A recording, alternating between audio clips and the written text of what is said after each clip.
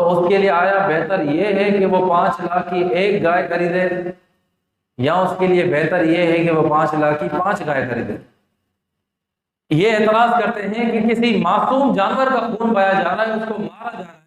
تو پورا سال جو KFC کے اندر جو چکن برگر کھلائے جاتے ہیں، جو بیف برگر کھلائے جاتے ہیں، یا آپ ہوٹلوں میں جا کر جو کڑھائی کھاتے ہیں، وہ کیا جانوروں کی نہیں ہوتی؟ یا آپ جو سبزی کھا رہے ہیں تو یہ پیڑ پودے بھی تو جاندار ہیں۔ اور اس کے بعد کہا کہ ابا آپ جو ہے مجھے سیدھا نہ لیٹانا، مجھے الٹا کر کے لیٹانا، ایسا نہ ہو کہ کاٹتے وقت آپ کی نظر میرے چہرے پر پڑ جائے اور آپ کے دل میں جو ہے میرے لیے جو ہے رحم آ جائے اور آپ اللہ کا حکم پورا کرنے سے رہ جائیں۔ اللهم صل على سيدنا محمد يا رب صل وسلم دائما ابدا على حبيبي درود شریف۔ اللهم صل على سيدنا محمد وعلى آل سيدنا محمد وبارك وسلم۔ قربانی کے حوالے سے پچھلے جمعے کو بیان ہوا اور اس میں قربانی کا واجب ہونا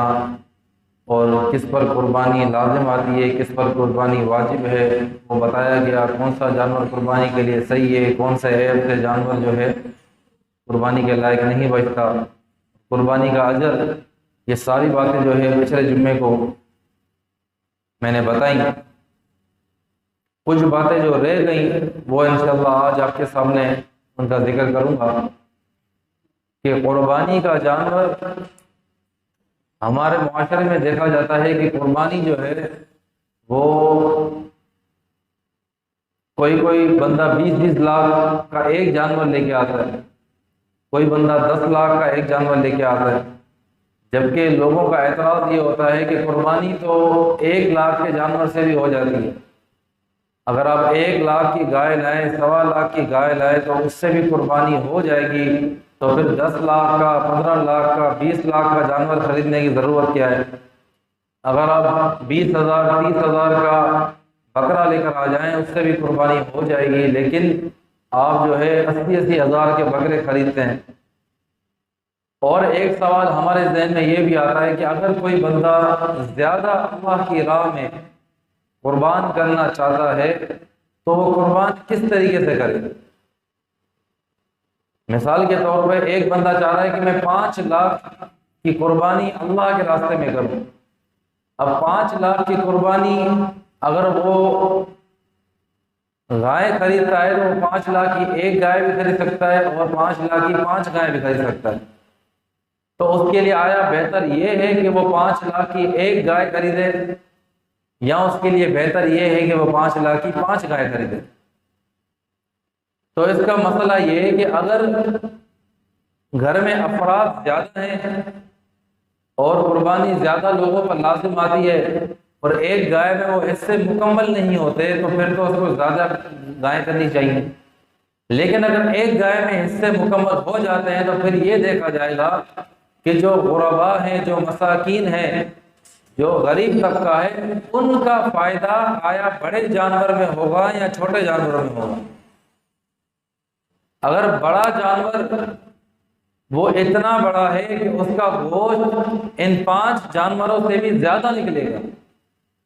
مطلب 5 لاکھ کے اندر آپ لاکھ کے 5 جانور لے کر آ گئے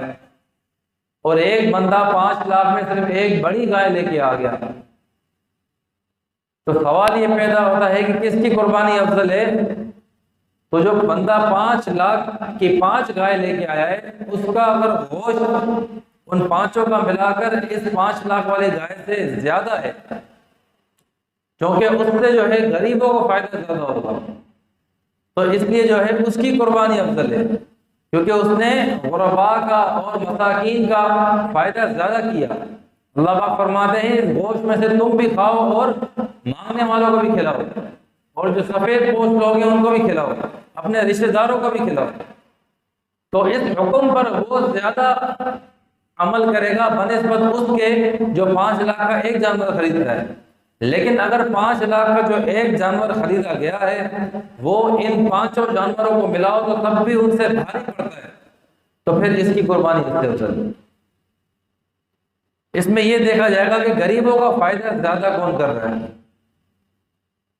اور دوسری بات یہ کہ جب قربانی کے دن آتے ہیں، آپ نے دیکھا ہوگا، اگر آپ سوشل میڈیا پر ایکٹیو ہیں، اگر سوشل میڈیا آپ استعمال کرتے ہیں، تو آپ نے دیکھا ہوگا کہ ہمارے یہاں لبرل طبقہ جو ہے وہ یہ اعتراض کرتا ہے کہ قربانی پر اتنے سارے پیسے مسلمان ضائع کرتے ہیں، اس سے اچھا یہ ہے کہ ان پیسوں کو جو ہے کسی کی بیٹی کی شادی کرا دی جائے، کسی غریب کا مکان آپ تعمیر کر کے اس کو دے دیں، کسی غریب کو جو ہے پورے سال کا راشن ڈلوا دیں۔ یہ اعتراضات جو ہے قربانی کے دنوں میں اور حج کے دنوں میں، یا بندہ کوئی عمرہ کرنے جاتا ہے تو اس کے سامنے یہ اعتراضات ہوتے ہیں۔ تو میں صرف یہ سوال کرنا چاہتا ہوں کہ یہ اعتراضات صرف اللہ کے لیے جب بندہ مال خرچ کرتا ہے اس وقت کیوں ہوتے ہیں؟ جب آپ اپنے بیٹوں کی شادیاں کرواتے ہیں اور آپ 10-10 لاکھ کے جو ہے ہال بک کرواتے ہیں، جبکہ آپ اپنے بیٹوں کا ولیمہ جو ہے مسجد کے اندر بھی کر سکتے ہیں، یا آپ باہر جو ہے روڈ پر ٹینٹ لگوا کر بھی جو ہے وہ ولیمہ آپ کر سکتے ہیں، لیکن اس کے باوجود بھی آپ 10-10 لاکھ کے جو ہے ہال بک کرواتے ہیں۔ اس وقت آپ کو یہ یاد نہیں آتا کہ اس 10 لاکھ سے میں غریب کی 5 بیٹیوں کی جو ہے شادی کروا سکتا ہوں، لیکن میں ہال بک کروانے میں پیسے خرچ کر رہا ہوں۔ اس کے بعد آپ 20 طعام کرواتے ہیں اپنی شادیوں میں، میٹھے کے 5 الگ ہیں، مرغی کے جو ہے اس کا جو ہے پیسز الگ ہے، اس کا گوشت الگ ہے، اس کی کڑھائی الگ ہے، اس کا وائٹ گوشت الگ ہے، اسی طرح بڑے کا پھر بکرے کا الگ الگ ہوتے ہیں۔ پھر آپ جو ہے اس میں کولڈ ڈرنک رکھواتے ہیں، پھر اس میں آئس کریم ہوتی ہیں، 20 سے 25 آپ جب طعام رکھواتے ہیں اس وقت آپ کو یہ بات یاد کیوں نہیں آتی کہ ان طعاموں کو اگر میں مخصوص کر دوں تو اس میں سے بہت سارے پیسے بچ جائیں گے اور میں غریب کی بیٹی کی شادی کروا سکوں گا، یا میں کسی غریب کا مکان جو ہے تعمیر کرا سکتا ہوں۔ تو جب قربانی کے لیے بندہ خرچ کرتا ہے تو اس وقت یہ اعتراضات ہمارے سامنے آتے ہیں۔ کیوں؟ کیونکہ ان کا مقصد صرف اسلام مخالفت کرنا ہے۔ کیونکہ اللہ پاک نے قربانی کو واجب کیا ہے صاحب نصاب پر، جس کے پاس نصاب ہے۔ تو اس سے جو ہے آپ یہ بھی تو دیکھیں کہ جو قربانی کے دن ہوتے ہیں، ان دنوں کے اندر جو منڈی میں لوگ مزدوری کرتے ہیں ان کا بھی فائدہ ہوتا ہے،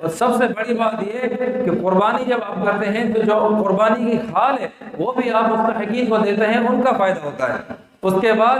قربانی کا گوشت ہے وہ بھی پورا گوشت رکھنے کا حکم نہیں ہے، وہ بھی آپ نے جو ہے شریعت کی روح سے 60% تو آپ نے اللہ کی راہ میں دینا ہے۔ تو اس میں کتنا غریبوں کا فائدہ ہوتا ہے، جو لوگ پورا سال جو ہے گوشت نہیں کھاتے ان کو گوشت کھانے کا مل جاتا ہے۔ تو آپ صرف یہ دیکھتے ہیں کہ جو ہے اس سے چونکہ وہ بندہ مالی عبادت کر رہا ہے اللہ پاک کی، تو آپ اعتراضات کرتے ہیں۔ حج کے موقع پر آپ اعتراضات کرتے ہیں کہ اتنا لاکھوں خرچ کرنے کی ضرورت کیا ہے، عمرے کے موقع پر آپ یہی اعتراض کرتے ہیں۔ تو آپ کا یہ اعتراض جب آپ کے ملک کے اندر نئے سال منایا جاتا ہے اس پہ خرچہ کیا جاتا ہے، یہاں تو کم کیا جاتا ہے۔ آپ بیرون ممالک کے اندر دیکھیں تو کتنا زیادہ خرچہ کیا جاتا ہے نئے سال کی سیلیبریشن کے اندر، کرسمس کی سیلیبریشن کے اندر، تو تب آپ کی اعتراضات کہاں ہوتے ہیں؟ اس وقت آپ یہ اعتراض کیوں نہیں کرتے کہ اتنے سارے پیسے آپ جو ہے نئے سال تو ویسے بھی آنا ہے، اس میں خوشی کی ضرورت کیا ہے؟ آپ یہ اعتراض کریں کہ ان پیسوں سے جو ہے غریبوں میں آپ راشن تقسیم کریں، اس وقت آپ کو یہ اعتراض نہیں کرتے۔ جب بات اسلام کی آتی ہے تب آپ کے اندر یہ اعتراض ہوتا ہے۔ دوسری بات یہ کہ جب آپ یہ اعتراض کرتے ہیں کہ کسی معصوم جانور کا خون پایا جا رہا ہے، اس کو مارا جا رہا ہے، تو پورا سال جو KFC کے اندر جو چکن برگر کھلائے جاتے ہیں، جو بیف برگر کھلائے جاتے ہیں، یا آپ ہوٹلوں میں جا کر جو کڑھائی کھاتے ہیں وہ کیا جانوروں کی نہیں ہوتی؟ یا آپ جو سبزی کھا رہے ہیں تو یہ پیڑ پودے بھی تو جاندار ہیں، آپ سبزی ان میں سے لے کے کھا رہے ہیں، تو آپ نے پیڑ پودوں سے اجازت نہیں کہ آپ اسے جو ہے سبزی توڑ کے کھائیں۔ یا آپ بکری کا دودھ پیتے ہیں، گائے کا دودھ پیتے ہیں، تو آپ کو کس نے حق دیا کہ آپ اس گائے کا دودھ نکالیں؟ کیا وہ گائے آپ کو کہتی ہے کہ میرا دودھ نکالو؟ تو یہ اعتراضات جو ہے صرف اسلام مخالفت میں کیے جاتے ہیں۔ ایک رپورٹ کے مطابق ایک سال کے اندر دنیا میں 6 ارب اور 30 کروڑ برگر کھائے جاتے ہیں، 6 ارب 30 کروڑ برگر کھائے جاتے ہیں، جس میں چکن بھی ہوں گے، جس میں بیف بھی ہوں گے۔ تو یہ جو برگر بنائے جا رہے ہیں کیا یہ جانوروں کے نہیں ہیں، یا جانور صرف جو ہے قربانی کی عید پر ہی ذبح کیے جا رہے ہیں؟ تو یہ اعتراضات جو ہے وہ سارے غلط ہیں کہ آپ جو ہے صرف جب شعار اسلام کا جو ہے مسئلہ آتا ہے، جب بندہ جو ہے اللہ پاک کی راہ میں قربانی کرتا ہے تو آپ یہ اعتراضات کرتے ہیں۔ اور دوسری بات یہ کہ ہم مسلمان جو ہیں وہ ان منطقی باتوں کے مقلد نہیں ہیں، ہم اللہ کے حکم کے پابند ہیں۔ یہ جو باتیں ہیں کہ قربانی سے یہ فائدہ ہوگا، اگرچہ قربانی سے ہمیں بظاہر کوئی فائدہ نظر نہ آئے تب بھی ہم نے اللہ کا حکم پورا کرنا ہے۔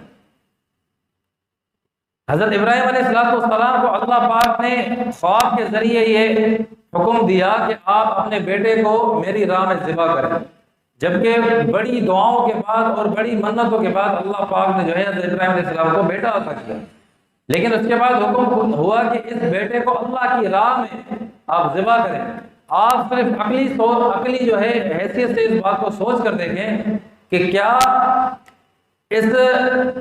قربانی کو آپ کسی بھی عقل کے ترازو میں تول سکتے ہیں؟ یہ جو قربانی اللہ پاک حضرت ابراہیم علیہ السلام سے مانگ رہے ہیں کہ اپنے بیٹے کو ذبح کرو، تو چلو آپ بکرے کی قربانی، گائے کی قربانی کو آپ یہ کہہ سکتے ہیں کہ اس کا گوشت غریب کھائے گا۔ انسان کی قربانی کا مول کیا ہے؟ انسان کی قربانی کیوں مانگی جا رہی ہے؟ یہی بات اللہ پاک نے ہمیں سمجھانے کے لیے کہی ہے کہ دیکھو، جب اللہ کا حکم ہوتا ہے تو جو اللہ کے ولی ہوتے ہیں اور اللہ کے نیک بندے ہوتے ہیں وہ اس حکم پر سوال کھڑا نہیں کرتے کہ ہم نے اس قربانی ہم کریں گے تو اس میں ہمارا فائدہ کیا ہوگا۔ بظاہر تو حضرت ابراہیم علیہ السلام کو نقصان نظر آ رہا ہوگا کہ میں اپنے بیٹے کو ذبح کر دوں گا، میرا کوئی بیٹا نہیں رہے گا، لیکن اس کے باوجود بھی حضرت ابراہیم علیہ السلام نے یہ نہیں کہا کہ یا اللہ میرے بیٹے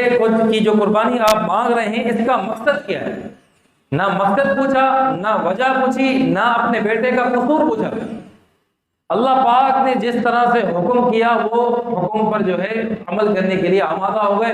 اور باپ تو باپ لیکن بیٹے بھی اللہ کے نبی تھے۔ جب حضرت ابراہیم علیہ السلام نے حضرت اسماعیل علیہ السلام سے کہا کہ آپ کی قربانی کا حکم آ چکا ہے، تو انہوں نے یہ نہیں کہا کہ میرا قصور کیا، انہوں نے کہا کہ پھر ابا آپ دیر کیوں کرتے ہیں، آپ جلدی سے جو ہے مجھے اللہ کی راہ میں ذبح کریں، کیونکہ وہ سمجھتے تھے کہ اس دنیا کے بدلے میں اللہ پاک مجھے جنت عطا کریں گے اور مجھے میرے باپ کے بدلے میں اللہ کی ذات ملے گی، اللہ کی ذات میرے باپ سے افضل ہے اور جنت اس دنیا سے افضل ہے۔ وہ یہ بات سمجھتے تھے کہ اس سے میرا جو ہے نقصان نہیں ہوگا، اور اللہ نے اگر میرے لیے یہ بات کو طے کیا ہے تو اس میں میرا فائدہ ہوگا۔ اور وہ اپنے باپ کو نصیحت کر رہے ہیں کہ اے ابا میرے آپ ہاتھ پاؤں جو ہے کس کے باندھنا تاکہ میں تڑپوں، اور ایسا نہ ہو کہ جو ہے میرے جو ہے نا اب میرے خون جو ہے کپڑے جو ہے وہ آلودہ ہو جائیں، اور جب آپ میرے کپڑے آلودہ ہو جائیں گے تو ان کپڑوں کو جب میری ماں دیکھے گی تو اس کو بڑا دکھ ہوگا۔ اور اس کے بعد کہا کہ ابا آپ جو ہے مجھے سیدھا نہ لیٹانا، مجھے الٹا کر کے لیٹانا، ایسا نہ ہو کہ کاٹتے وقت آپ کی نظر میرے چہرے پر پڑ جائے اور آپ کے دل میں جو ہے میرے لیے جو ہے رحم آ جائے اور آپ اللہ کا حکم پورا کرنے سے رہ جائیں۔ کیسی نصیحت کی جا رہی ہے، جبکہ آپ سوچیں کہ بظاہر اس کا کوئی تک ہی نہیں بنتا کہ کسی انسان کی قربانی کر کے جو ہے کسی انسانیت کا فائدہ ہو، یا کسی بھی طرح سے اس کا کوئی بھی فائدہ نہیں ہو سکتا، لیکن پھر بھی بغیر کسی سوچ سمجھ کے، بغیر عقل کے گھوڑے دوڑانے کے انہوں نے جو ہے اس بات کو تسلیم کر دیا اور وہ قربانی کے لیے راضی ہو گئے۔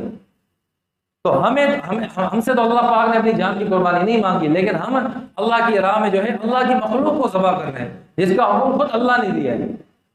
جب آپ پورا سال انہی جانوروں کا گوشت کھا سکتے ہیں تو پھر قربانی کے دنوں میں ان کا گوشت کھانے میں کیا حرج ہے؟ تو یہ اعتراضات جو ہے جو اسلام مخالف طبقہ ہے وہ اٹھاتا ہے کہ جو ہے قربانی کے جانور کا کیا قصور ہے، آپ اس سے جو ہے آپ اس کو ذبح کر رہے ہیں۔ اور دوسری بات پچھلے جمعے کو یہ رہ گئی ہے، کیونکہ باتیں آرام سے ذہن میں آ رہی ہیں، پچھلے جمعے کو سب کچھ بتایا میں نے، قربانی کس پر واجب ہے، کون صاحب نصاب کون ہے، کتنا نصاب ہونا ضروری ہے، لیکن ایک بات ذہن سے نکل گئی، وہ یہ کہ ہمارے یہاں بعض حضرات سمجھتے ہیں کہ اگر قربانی میں اگر آپ گائے کرتے ہیں اور اگر وہ گائے حاملہ نکل آئے تو آپ کی قربانی نہیں ہوتی۔ ایسا نہیں، اگر گائے حاملہ نکل آئے تب بھی آپ کی قربانی ہو جاتی ہے۔ اگر گائے بالکل ایسی حاملہ ہے کہ اس کا حمل ہونا بالکل قریب ہے تو ایسی گائے کی قربانی کرنا مکروہ ہے، لیکن قربانی اس سے بھی ادا ہو جائے گی۔ لیکن اگر ایسی گائے جس کا آپ کو پتہ ہی نہیں کہ حاملہ ہے نہیں ہے، آپ نے اس گائے کو کاٹ دیا اور اس کے پیٹ سے بچہ نکل آیا، اب بچے نکلنے کی دو صورتیں ہوں گی، ایک تو صورت یہ کہ وہ بچہ مردہ پیدا ہوگا، تو وہ جو مردہ ہے وہ تو مردار ہو گیا، اس کا گوشت آپ کے لیے حلال نہیں ہے۔ لیکن اگر وہ بچہ زندہ نکلتا ہے تو شریعت کی روح سے اس بچے کو جو ہے آپ ذبح کر سکتے ہیں، اس بچے کو بھی آپ، کیونکہ آپ قربانی کے جانور سے کوئی بھی فائدہ نہیں اٹھا سکتے۔ اگر آپ نے اس بچے کو رکھ لیا، اس کو پالا، پھر اس کے اگلے سال جو ہے آپ نے اس بچے کو ذبح کیا، تو یہ قربانی کے جانور سے فائدہ لینا ہو گیا کہ جس قربانی کے جانور کو آپ نے ذبح کیا اس کے بچے کو جو ہے آپ اگلے سال کے لیے انویسٹ کر رہے ہیں، تو اس طرح سے آپ قربانی کے جانور کا فائدہ نہیں لے سکتے، آپ نے اس بچے کو بھی ذبح کرنا ہے۔ لوگ کہتے ہیں بچے کا قصور کیا ہے، تو اس کی ماں کا بھی کوئی قصور نہیں ہے، یہاں بات قصور کی نہیں ہو رہی، یہاں بات شریعت کی ہو رہی ہے۔ تو یہ باتیں جو ہے میرے ذہن میں تھی کہ میں آپ کو بتاؤں گا۔ ایک اعتراض اس مسجد والوں کی طرف سے مجھ تک یہ پہنچا ہے کہ کچھ مسجد والے یہ اعتراض کریں کہ اس مسجد کے اندر جمعہ نہیں ہوتا، مطلب جمعے کی شرائط مکمل نہیں ہے۔ تو میں آپ کو یہ بتا دوں کہ جمعے کی جو ہے، کیونکہ آپ سب جمعہ پڑھنے آئے، آپ کا یہ اعتراض نہیں ہوگا کیونکہ آپ کی یہ رائے ہے کہ جمعہ ہوتا ہوگا تبھی تو ہم جا رہے ہیں، لیکن جو لوگ جمعہ پڑھنے نہیں آ رہے آپ کے جاننے میں ہوں تو آپ ان کو سمجھا دیجئے گا۔ تو جمعے کی جو شرائط ہے وہ 5 شرائط ہے۔ سب سے پہلی شرط یہ ہے کہ جس مسجد میں جو ہے جمعہ ادا کیا جا رہا ہے وہ مسجد جو ہے کسی شہر کے اندر ہو یا کسی ایسے گاؤں کے اندر ہو جس میں آبادی کی کثرت ہو۔ آبادی کی تفصیل میں نہیں بتاؤں گا کیونکہ یہ تو شہر کا مسئلہ ہے، بہرحال شہر ہونا جمعے کے لیے یہ شرط ہے۔ دوسری شرط یہ ہے کہ جمعہ جو ہے وہ ظہر کے وقت میں ادا کیا جائے، تو ہمارے یہاں ظہر کے وقت میں ہی جمعہ ادا ہوتا ہے، تو دونوں شرط مسجد کے اعتبار سے پوری ہیں۔ تیسری شرط یہ ہے کہ جمعے سے پہلے 2 خطبے پڑھے جائیں، الحمدللہ یہاں پر جمعے سے پہلے 2 خطبے پڑھے جاتے ہیں۔ چوتھی شرط یہ ہے کہ جمعے میں جو ہے ویسے تو جماعت کرنے میں ایک امام اور ایک مقتدی ہونا ضروری ہے، تو جماعت ہو جائے گی، لیکن جمعے کے اندر امام کے علاوہ 3 مقتدی ہونا ضروری ہے، تو الحمدللہ یہاں پر تو زیادہ ہی ہوتے ہیں۔ اور 5ویں شرط جو جمعے کی ہے وہ یہ ہے کہ لوگوں کو اس مسجد میں آنے کی اجازت ہو، جس کو اذن عام کہا جاتا ہے، کہ اگر اس مسجد کے اندر کسی کو بھی روک ٹوک ہوگی یا کسی پر پابندی ہوگی کہ فلاں شخص آ سکتے ہیں اور فلاں نہیں آ سکتے، تو پھر اس مسجد کے اندر جمعہ نہیں ہو سکتا۔ اسی اعتبار سے جب بیچ میں لاک ڈاؤن لگا تھا تو حاکم وقت کو اس چیز کا اختیار ہے کہ وہ کسی بھی شرط کو گرا سکتا ہے، کسی بھی شرط کو ساقط کر سکتا ہے۔ تو وہ حاکم وقت، کیونکہ گورنمنٹ کی طرف سے یہ پابندی لگی تھی اور انہوں نے جو ہے جماعت کو مخصوص کیا تھا، تو اس میں جو ہے علماء کی یہی رائے تھی کہ اس سے جمعہ ہو جائے گا، کیونکہ اس کو اختیار ہے کہ وہ صورتحال کو مد نظر رکھتے ہوئے اس چیز کو ختم کر سکتا ہے کہ اگر لوگوں کا اس سے نقصان ہو رہا ہے، کیونکہ کورونا کی وبا زیادہ پھیلی ہوئی تھی، ابھی بھی ہے لیکن اس وقت زیادہ تھی، تو جو ہے اس چیز سے لوگوں کو نقصان ہوگا، اس لیے جو ہے انہوں نے اس شرط کو ساقط کر دیا، اور علماء نے اس بات سے اتفاق کیا کہ ہاں واقعی میں اگر حاکم وقت اس چیز کو ختم کرنا، اس 5ویں شرط کو ختم کر رہا ہے تو وہ اس کو اختیار ہے، وہ ختم کر سکتا ہے۔ تو الحمدللہ جمعے کی جو 5 شرائط ہیں اس مسجد کے اندر وہ مکمل ہیں، اور ایسی کوئی بات نہیں کہ اس مسجد کے اندر جمعہ نہیں ہوتا۔ الحمدللہ اپنے استادوں سے اور اپنے علماء سے جو ہے ہم نے پوچھ کر اس مسجد کے اندر جمعہ شروع کیا تھا۔ اللہ سے دعا ہے اللہ پاک ہمیں سمجھنے اور اس پر عمل کرنے کی توفیق عطا فرمائے۔